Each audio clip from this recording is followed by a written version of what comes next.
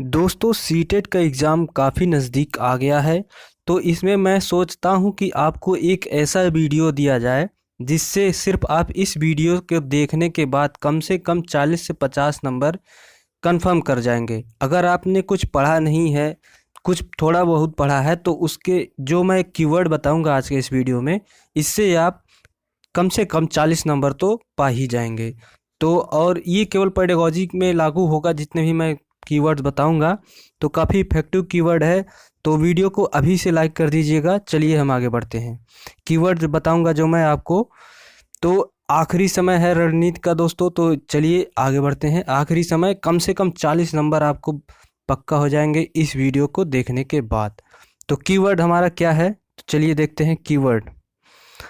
सबसे पहला दोस्तों, कीवर्ड रटना। जहाँ कहीं भी ऑप्शन में आपको रटना दिख जाए, आपको तुरंत गलत कर देना है, उस ऑप्शन को काट देना। सीटेट में ज़्यादातर क्वेश्चन आप ऐसे करेंगे, पहले 4 ऑप्शन दिए गए हैं उसमें से 3 ऑप्शन को काटने की कोशिश करिएगा।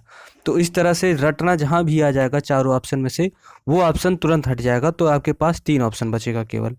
उसके बाद जहाँ पर चाइल्ड एक्टिविटी ज़्यादा होगी, जहाँ पर चाइल्ड ज़्यादा एक्टिव रहेगा, वही ऑप्शन हमेशा सही रहता है।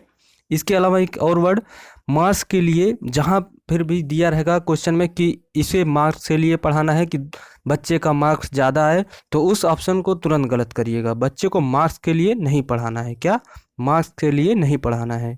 इसके बाद आता है चाइल्ड वर्क करे। ऐसी जहाँ पर भी ऑप्शन दिखे जहाँ पर चाइल्ड वर्क करे, यानी कि चाइल्ड को कोई एक्टिविटी दी गई है जिसमें चाइल्ड वर्क कर रहा है, तो ऐसे ऑप्शन सही होते हैं जहाँ पर चाइल्ड जो है वर्क करे। और स्टीरियोटाइप, यानी कि जहाँ पर रूढ़िबद्धता टाइप के जो होते हैं, जैसे परंपरा की खाना माता ही बनाएंगी या लेडीज ही कोई बनाएगी, इस तरह के जहाँ भी वर्ड आएगा स्टीरियोटाइप के, वो ऑप्शन गलत हो जाएगा। तो स्टीरियोटाइप जहाँ भी आपको दिखे उसे आप गलत कर दीजिएगा। उसके बाद अगला है keyword gender biasness.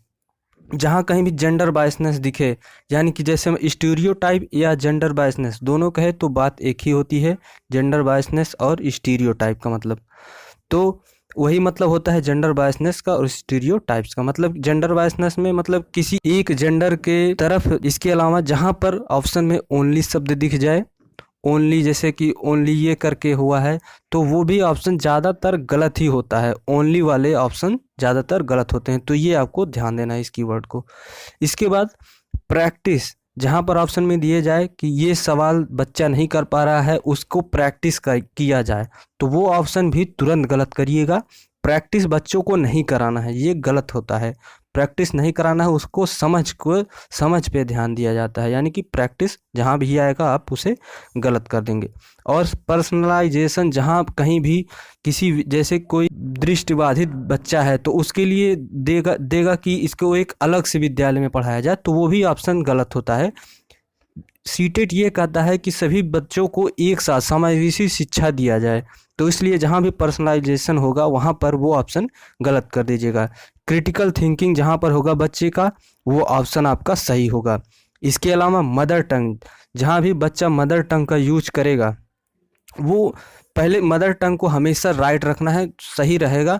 Mother tongue को कभी आप रिप्लेस मत करिएगा, बच्चा कैसे भी आए मदर टंग उसका एक्सेप्टेबल रहेगा। इसके बाद बच्चा जो भी लाए, जैसे बच्चा घर से कुछ भी सीख कर आता है, कुछ बनाना है, तो उस टीचर को उसे एक्सेप्ट करना होगा, ना कि ये होता है कि ये बच्चे को पढ़ाने में बाधित करेगा। ये सारी चीज़ें जहाँ भी ऑप्शन में दिखेगा उसे गलत करिएगा।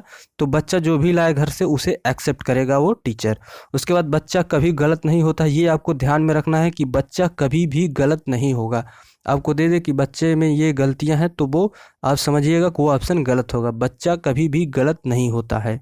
इसके बाद एक्टिविटी, बच्चे को जितनी एक्टिविटी कराएं वो ऑप्शन सही होगा। उसके बाद चाइल्ड सेंटर्ड, आपको पूरे सीटेट के सारे क्वेश्चन में एक ही ध्यान देना है कि ये ऑप्शन जाकर लास्ट में वो बच्चे के ऊपर ही इम्प्लीमेंट होगा, यानी कि बच्चा उसमें वर्क करेगा। ऐसे ही ऑप्शन को आप चूज करिए। एक बार फिर से देख लेते हैं कौन कौन से हैं। तो रटना जहाँ भी होगा गलत होगा, चाइल्ड एक्टिविटी जहाँ करेगा सही होगा, मार्क्स के लिए नहीं।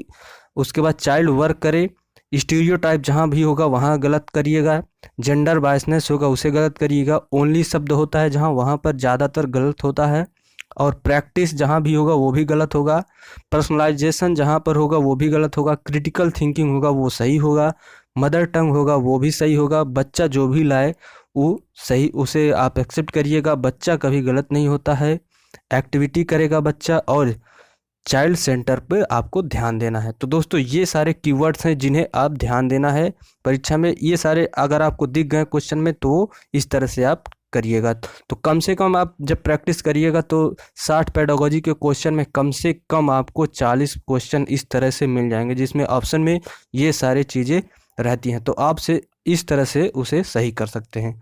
अगर वीडियो पसंद आए तो दोस्तों लाइक करिएगा और दोस्तों के पास शेयर करिए जिनका परीक्षा है। तो सब्सक्राइब करिएगा चैनल को ज़रूर। धन्यवाद।